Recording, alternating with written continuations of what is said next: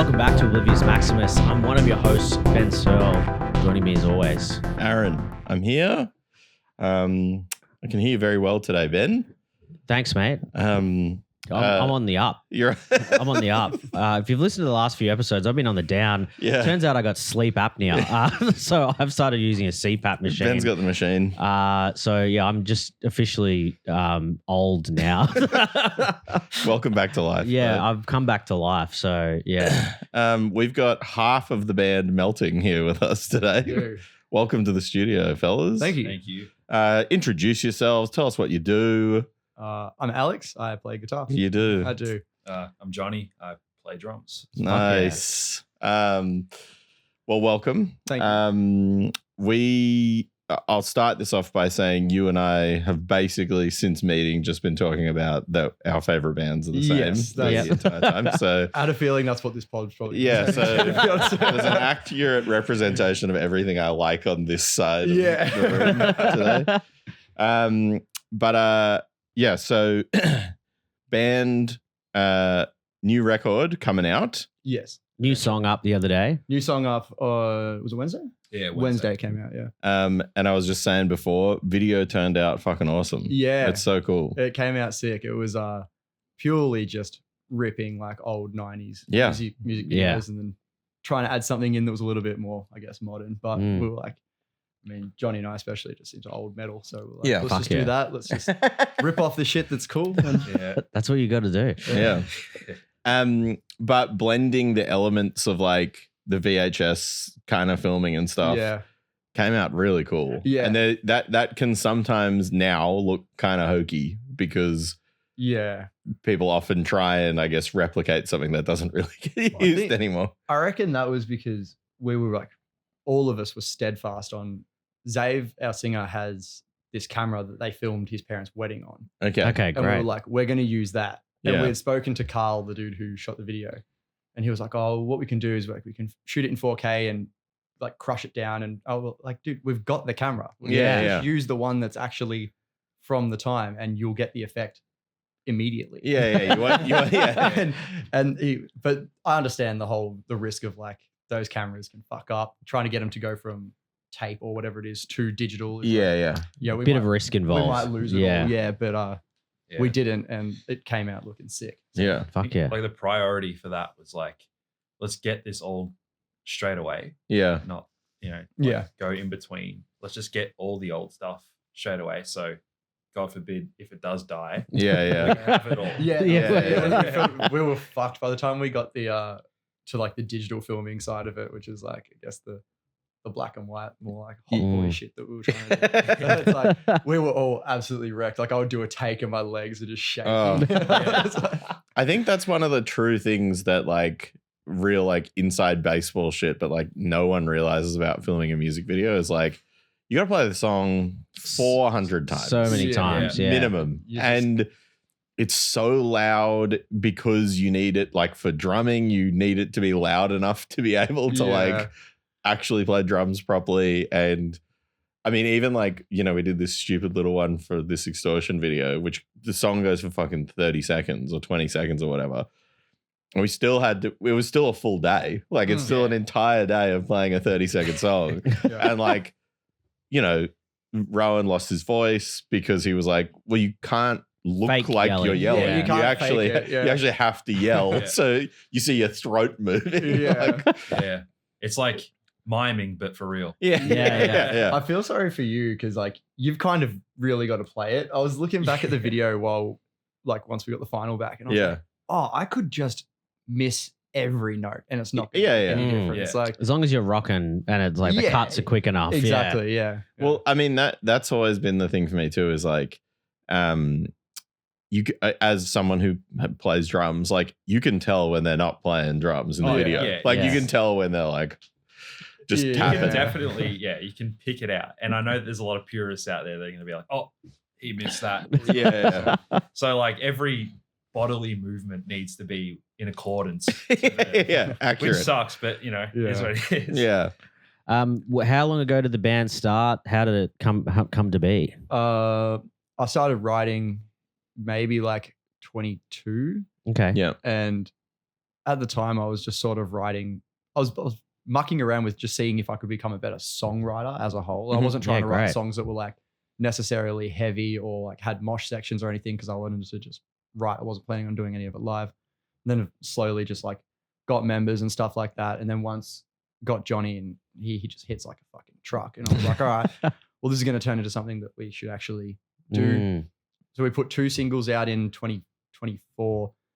And as soon as they dropped, we were like, this is not even close to like, they came from that batch of songs that I Yeah.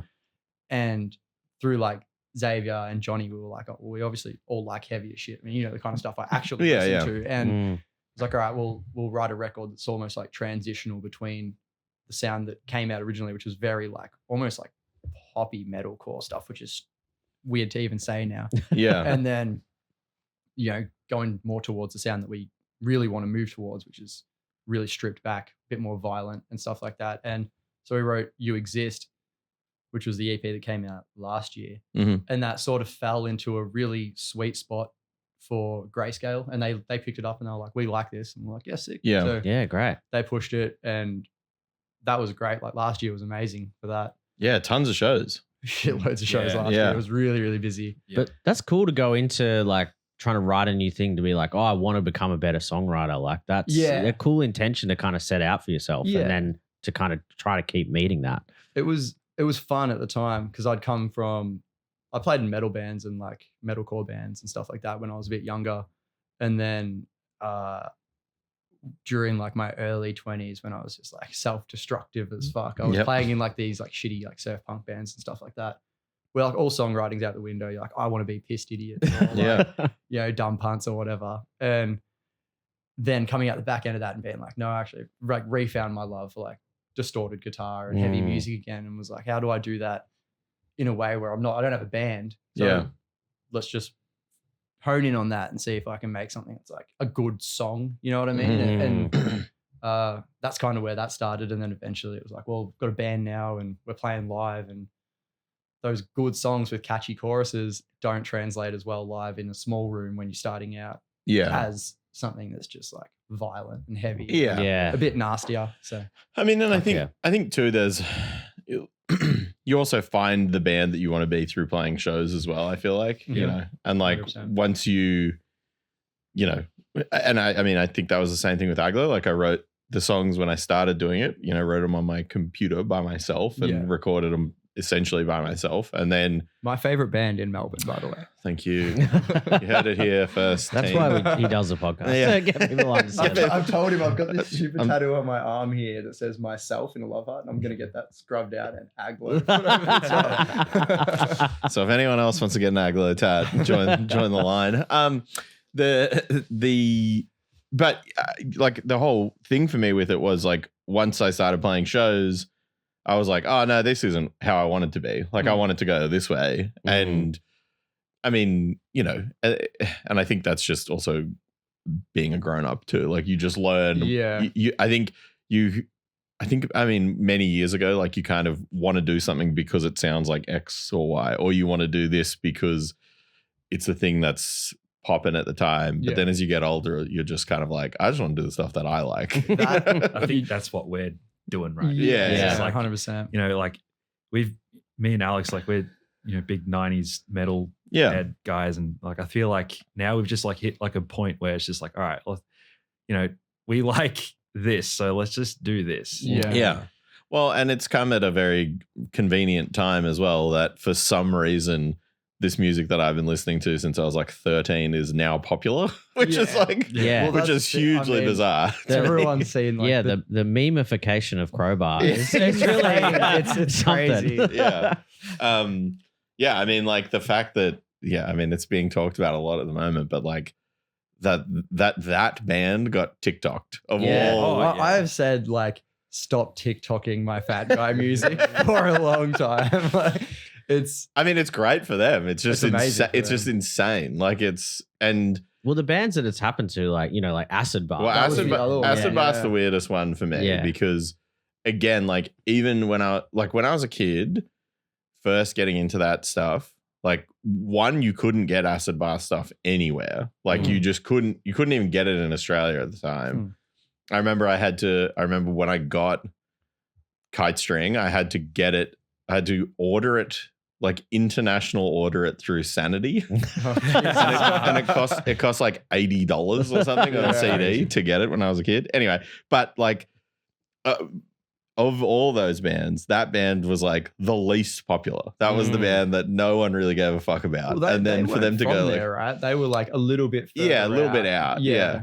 But like it was just truly bizarre that, and when this all started happening over the last couple of years, like all my peers, but also people that know that I've loved this stuff for a long time, like, you're seeing this, right? And I'm like, yeah, obviously I have a phone, but like, and they're like, why? And I'm like, I don't know. Like, I can't explain it to you. Like, I've liked it the whole time, but it's so bizarre. But I mean, like, it happens to lots of bands, but I mean, I guess it just finds its new audience or finds its new kids that are into it. Yeah. Like, It just loops, really. Yeah, 100%. You know, parents show their kids and then, you know, Well, we had a chat in the band chat thing recently about how, like, I don't know, is it called Suno or whatever, like the AI stuff?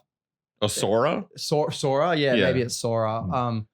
How now you can just punch into that and make something that sounds exactly like so many bands on these major labels, but you can't punch something into that and have it sound like I Hate God or something like that. It's too raw and it's got too much like swagger and it's out of time and it's like weird stuff. It's got such a human element that I think people are craving a lot that like is missing in modern production and modern music in general. For sure. Yeah. I mean, I think also bands like that, you know, have sounded that they also like created a sound as well. 100%. And so people are getting, you know, working backwards, like, you know, like every kid does. You never start with the most niche thing. You always start with the most popular thing, and then you work backwards from there. That's right. Yeah. You know, you check out the shirts people are wearing and then go back. That's how I found Crowbar, was through Phil Anselmo's t-shirt from Absolutely. So that's exactly why I'm wearing a Crowbar long sleeve in that. The Pantera home videos were how I found every favorite band of mine. The Vulgar videos or whatever. Yeah. You know what's funny? All those Vulgar videos of like the Walk music video, where there's like all those kids just wearing band t-shirts. I think that's like how I found out of all those bands, like just random people, you know, in that music video, not the band itself. Thank you to the crowd shots. I remember being like 16. What's like the age of folks like first start buying you like beers or whatever to go out parties or whatever, and I was watching the Vulgar videos and it's like one specific scene where they go through the tour bus and there's an entire toilet full of Jägermeister, and I was like, I drink Jägermeister now. and that was it. And I used to go to parties and people were like, what are you drinking that licorice shit for? Oh man, we had so many years of there was the basement which is still a venue in Canberra for like it's moved through owners a zillion different times and changed names a bunch and stuff. But at one point, at one ownership period, they were like, had clearly signed some massive deal with Jäger to be like, and I think it was right around the time when like, you know, like Slayer were like sponsored by Jäger and Slayer had like a Jäger fridge on stage and shit. Like, anyway, the basso had this, I guess Jäger deal, and you could, if you bought like enough shots of Jäger, that you could get like prize packs. You know how pubs just give away shit. And they had a Jäger clock, and every dial on it just said Jäger o'clock. And I remember for years it was like the gag was just like Jäger o'clock, Jäger o'clock. And then at a couple shows, and again this is very old world, but like they had like the Jäger gals and like walking around trying to give people shots. Does that still happen? I don't think it can really anymore, but like that's like meter maid type. Yeah. It was so bizarre, but it was like in the middle of a metal show, there'd be someone being like, "Does anyone want a shot?" Like, I feel like even in the small room there as well. Yeah. Wow. It was crazy. Yeah, it was very popular in that early mid 2000s. Jäger bombs. Jäger bombs. I guess it was like a Bam Margera thing as well. Yeah. That whole world. And also, you know, at the time that was when you were buying drinks like that for like $5, not 30 that they are now. Like $4 Jäger bombs. Bang and stuff like that back in the day. That hurts just hearing that. Well, I can I think, it's one of those sensory things for me where like, I don't even I can obviously sense brain the smell of it, but it's more like my hands being sticky from touching the gum. That's what it goes to for me. It's like honey. It's like you look at honey and it makes your hands sticky. You know what I mean? I think I feel the same about Jäger bombs. But so obviously video's out. When's the record come out though? The whole thing? May. Yeah, nice. late May. I think. Is it May 20 something? 20 something. Yeah. I think look it up. I don't know. It's May 20 something. 20 something. So there's a 9-day period in there or something. And how'd the hookup with Grayscale happen?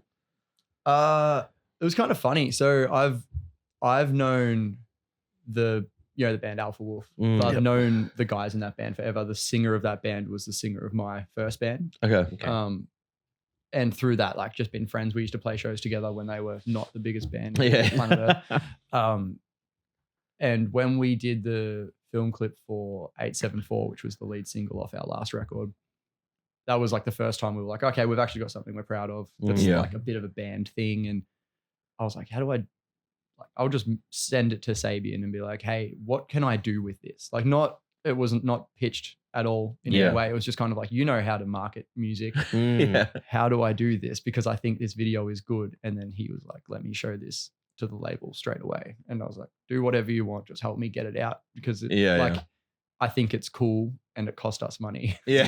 I don't want to waste some return on this. Some return. And within like a couple of months, really, we had all the conversations that you have and signed it all away and everything. And that's sick. It's been pretty simple. Like the funniest thing I think working with Grayscale is because the record that we put out, You Exist, the first one that we did last year, sort of really fits their template of like labels have certain bands that they put on, right? Like that's a thing. Mm-hmm. But like mentally, I guess, or like spiritually as a band, we don't really fit in that space in a way. Like where you've got, I mean, I'm listening to a lot of like death metal and that sort of stuff, a lot of power violence. Johnny's into like hardcore and punk and stuff like that. All of us are in a different space than that. And it's not to say those bands aren't, great or whatever. It's just not really our space. And it's been this interesting thing of going like, how do we keep being us while still like being on on the label space. In a way that in that kind of world. Yeah, exactly. And that's been, they've been really cool about, we've been sending them new demos that are just straight up power violence, like Weekend Nachos. And they're like, do whatever you want. And we're like, sick. Yeah, okay, that's awesome. cool. Yeah, Like they're really supportive. Like we love, writing all that power violence stuff and Weekend Nachos. And it's just like, just ripping all of that shit. And, it's fun. The songs are short. That's easy. And Grayscale, they're just, they're supportive, just do whatever you want. Yeah. We'll support you. I mean, I think the other thing too is like I had the same thing. I Exist was on a hardcore label and we were like distinctly very different from every other band on the label. And I mean, I think it worked to our favor, to be honest, being the one band on the label that was the weird band. And then,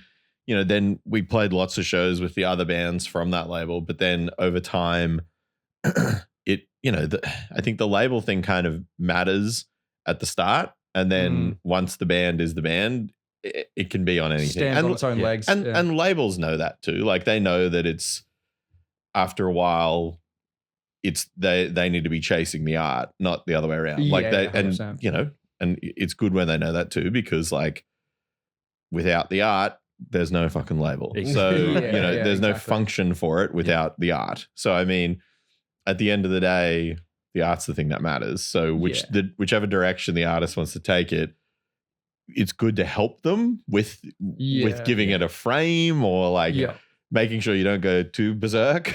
But like obviously it's a business as well, so they got to think about the business side of things. They are investing into it. So but I mean, at the end of the day, like the creativity and the positive outcome of that creativity is what's going to push it more than anything, you know. It kind of like circles back to what you were saying before about how once you get a bit older too, you can just make the music that you want to make, and you no longer you're no longer like chasing, I guess, a trend or what is popping at the time. Yeah. And that's something that we, especially with this record, were like, we don't need to do that. Like just because we're on, you know, a label that services more towards like a metalcore crowd. If we want to write songs that have, you know, like we'll get a feature from a death metal vocalist from Canada, and we're going to write things that are more suited to that, and we're just going to give it to them, and they're like, okay, well, do whatever you want. If that's what's going to make you guys happy as a band, a happy band is going to do better, you know, like, and that's exactly what we've done. We're like, well, we're like, I'm nearly 30, you're nearly 30, sort of 28. And like, it's like at this point you can just kind of go, well, these are the songs and the bands I listen to a lot. That's what I like. Yeah. I can actually just do that. And like, if people don't fuck with it, then whatever. Yeah. There's plenty of other stuff out That's there. exactly right. Yeah. It's cool just like being on that label and just being able to do what we do amongst what all those other awesome bands are doing. It's just I like, you know, sort of being that be the heaviest band on. That's it. Be the nail that sticks out. Be the heaviest band on Grayscale is fine. There's no issue. You heard it here first. Grayscale. I'm talking to you. Speaking directly to the bosses now. But you know, I mean, you sent me the record. Thank you. But the whole thing sounds really good too. Thank you. How was the process of recording it and putting it all together and things like that?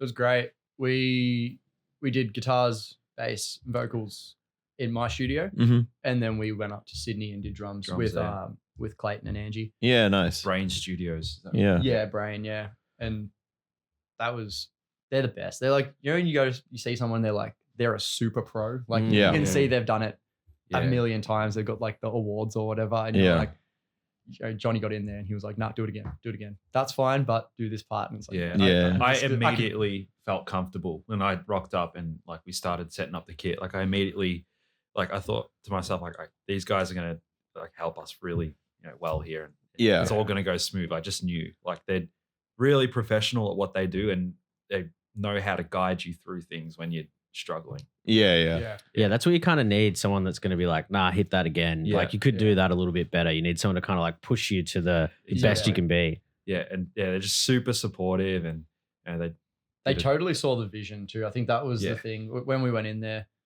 similar to like the music video where we were like, if we're going to do it to make it look VHS, let's film it on VHS. We were like, we don't want any amp sims. We don't want like any of that. Let's, you know, the idea going into this record was, funnily enough, came for me from watching a Tool live video. And I was like, they are doing everything on stage. And that's Tool. Like there's a lot going on in Tool and they're doing all of it live.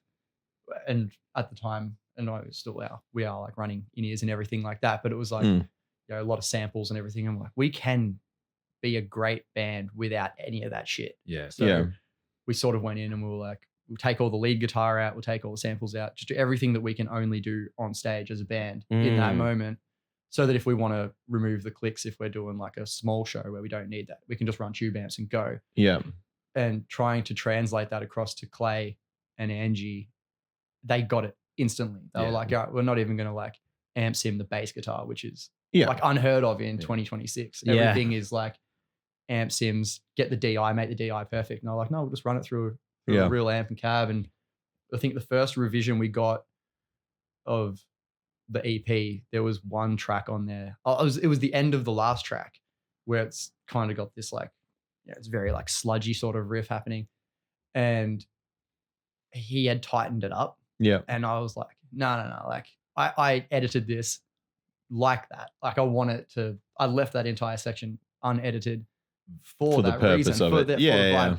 And in the revision, when he sent it back, he was like, oh, I totally get that now when I listen to it again. And he had just wiped it. And it's like a lot of producers would push back against that and be like, it's coming out of my studio. I want it to be tight. No, like let it drag a little. Like it's gives it a bit more vibe, especially for that style of music. It's like with the drums as well. Like he he really brought out all the nuances in, my playing. And that's what I love about, drummers is when you can hear all the nuances and all the small little imperfections. Yeah. Like I like when, everything's like all tight and,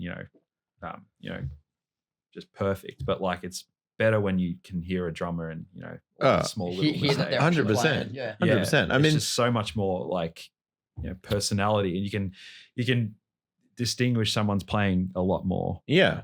And you sort of can't unhear it when you know that it's like triggered or like something like that. Yeah. Well, I mean, the other thing too is like, particularly for drummers who care about playing drums well too, like that's them there just as much as it is me playing guitar or someone singing. Like you can't remove them. If they've played on the record, you want to hear them playing it. No amount of AI can. I don't care what anyone says. Like that's what you do behind a kit is what you do. And like you grinded away writing your parts on that.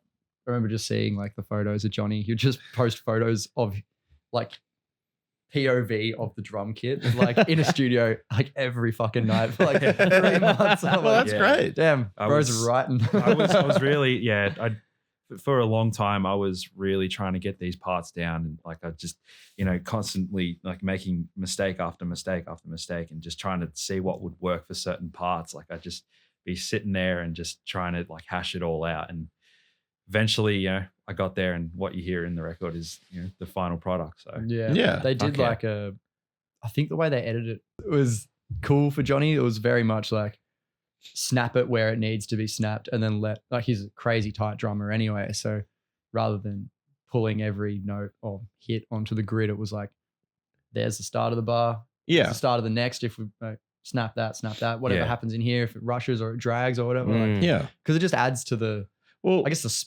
spirit of it in a way. Yeah. It's a weird way to say it. But. I've had this thing with Aglo because I I write everything at home and then I demo everything and then basically go in with it kind of done. But I never write, I never write drums that are more than just keeping time because I want whoever's playing drums on it to be able, again, like being a drummer myself, like I've got ideas, but I'm not playing them. So like I want the drummer to play the drums. And Braden, who has played on the last couple of things and plays most of the shows, like he's like a drummer, like a, drum shop drummer kind of thing. And for me, playing with him is that exact thing. It's like, as long as he lands on the one between the last one and the next one, he can do whatever he wants. As long as he gets me there. Like, And he's doing a lot in there. He's doing a lot. He's working. But I mean, me and Lewis have been saying like it's really funny playing shows with him because sometimes he's like about to fall off the cliff and then he'll like just hit it when you need it to. And I'm like, all right, he got there. Like, but sometimes like I'll be singing and listening to what he's doing. I'm like, I don't know what the fuck he's doing back there. It sounds awesome. But like, it's very easy to get into your own head as a drummer and not like, focus on what everyone else is doing. It's just like, that was really hard for me as a drummer, like growing up. Like I was very selfish. I thought, well, I want to put all these fills in this bar here and, all this there. And, this will be it. This is my moment. But like, as I've gotten older, I've sort of learned to like sort of take a step back and just learn and, see what the song is doing and cater towards that more. I mean, I think, and I definitely used to have that even with playing guitar. Like, I mean, because like in I Exist, like the songs are heavy with riffs. Like a lot of the songs, the verses are like riffy. And that was because like I never wrote the songs with the intention of even considering what the vocals were going to do. And then afterwards, Jake would just have to fill the gaps and then sometimes he'd send us back demos and I'm like, why are you singing there? And he's like, because you're fucking playing guitar. And I'm like, that's the verse. And he's like, is it? Because it's a riff. Like I don't want to sing over top of that. And then so, growing up now I'm like, oh yeah, this has to be like kind of boring because I'm going to have to sing over it. I can't also just be like, whoa. You're playing and singing as well at the same time. Ends up being better anyway. Like, less is more, right? 100%. It's a hard balance to strike doing like riffy songs that are like you said, riffy in the verses, riffy the whole way through. That's it's like real Pantera shit. Oh, like to be able to pull that off, where it's like, and it's swaggy on every instrument at the one point. Yeah. And how have you gone like from, starting to write those songs to forming the band to like developing your guys' style on stage, like how you play, how you want your shows to feel, how you want the audience to feel? How's that experience been, kind of developing that? It's been, I feel like, fairly organic. We were sort of like, we knew pretty much within the first like 6 months of playing the first EP that we were like, okay, people want to mosh at our shows. And when we're playing the songs that aren't so moshy, we're on stage like, gotta get to the next mosh part. Yeah, like it wasn't that the new record isn't particularly like moshy. It's just riffy, but it was like, how can we write it so that it's hard the whole time? Yeah. I think like we kind of got our ideas like when we were playing, all the songs off You Exist live. Like we saw in certain sections like how the audience would react to those certain sections. Yeah, and that we sort of like took from that and like, well, that's like instant feedback. Yeah, exactly right. Yeah. If we can get this kind of feedback and use it for all this new material, then we can just go from there, right? Yeah, it was kind of like writing sections. Who the fuck said this? It's so true. Was it Josh from Malevolence on a podcast said the same thing? Like once you've got that feedback, you start going like, you go into the next writing phase going, this can be this part. This can be like, like a circle pit part or a side to side part or whatever. Cause like when the crowd is engaged, I am engaged as well. And then, it kind of works back and forth. And especially when you're still like a small band and you're playing small rooms and everything, you're like the engagement, when there is no engagement, it's brutal. It's brutal. It's very noticeable. You need to really focus in on how the audience is reacting to your music, and then you need to really cater towards that. So. Yeah, well, I mean, at the end of the day too, like obviously you're writing songs for your own enjoyment, but 100%. like you're not playing them live so that people could not react. Like that's exactly it. If you want to do this in front of people, you're hoping that they want to have some level of engagement with it. That's just the balance. Like that's just what's hard to balance, really. Like being able to do what you really love, but then sort of catering towards how the crowd is going to react to it. Yeah. I think we're lucky like that because you've got, with that like hardcore punk sort of background in your drumming, I'll write a riff that might not necessarily work with a fast drum part. Yeah. And then we'll just do one because he can just do it. And it's like, all right, cool, that works. And he's happy because he's playing like, a skank beat or something like that. I'm happy because I'm riffing. And then it just translates well into this like a different kind of energy live where people are like, well, I can't help but groove or move to this in some capacity. And it's like, great, they like it, we like it, everyone's having fun. It's worked. That's it. Best of both worlds. That's right. Yeah, that's sick. So record's coming out then in May. I mean, obviously you can only talk about what you can talk about, but what's kind of the plan from here? I think we've got that show. Oh yeah, filming April. A video. Yeah, filming a video. That sold out. It was free. Allocation exhausted. It allocated out. It allocated out in like 12 hours or something like that, which is sick. So that's happening, and I think we've got an AA thing happening in Sydney. With Starve. Sick. Yeah, and then we'll probably. Well, that's not announced, but now it is. Right. And then I think we'll probably just try and tour the record and stuff like that. See if we can rally up some troops and probably go along the East Coast, go back to Tassie. Fuck yeah. I love Tassie. Yeah. Tassie's so cool. Hopefully piggyback a tour or something later on in the year. Yeah. See how we go. And but yeah, that show, I'm looking most forward to that show, that free show. Yeah, so that's, I mean, allocation exhausted, so suck shit if you didn't get allocated. You're lost. But you're lost. April 18, right? That's the one, yeah. Classic 2-day header of video shoots. Aglo filming one the night before. Oh, you are too. Yeah, I saw that. So if you want to be in two music videos that sound like these t-shirts. Hell yeah, brother. Get down to the Collingwood general vicinity for 2 days. But yeah, that should be awesome. Yeah, that should be fun. Well, the idea like making it free was kind of like, and you put on a headline show or something and you see there's always like like the people that buy tickets immediately, right? And they're always like sort of your day ones, the ones that are usually there moshing hard and stuff. Yeah. We're like, if we can make it free, all of those people, even the ones that are like financially cooked at the moment because the fucking world's on fire, can all still come. And it's like, we knew it was going to like allocate out because it's like, there's a whole bunch of sick bands. Yeah. In the middle of the day, it's like, it's going to go. But we know that the people that really give a shit, especially because it's a music video shoot, are going to be the first ones to RSVP. Yeah. So it's like, now it's just a room full of people that really care. We're not like, please come. Please come. It's like, whoever got in first, they're the ones that would have wanted to be there regardless. Yeah. So it's like, that's a cool feeling. There's nothing more pure than that. Yeah. It's like we want all the people that really enjoy our music to be there and for our music and video. not pay for it. Yeah, exactly. Get to have fun. Yeah, I've done the exact opposite and booked a show for my friends from Canberra so that they can afford to go home, and I'm just filming a music video. Well, I guess that's different. If they're from Canberra, That's a different story. Yeah. But it is what's the nice. band that's on there?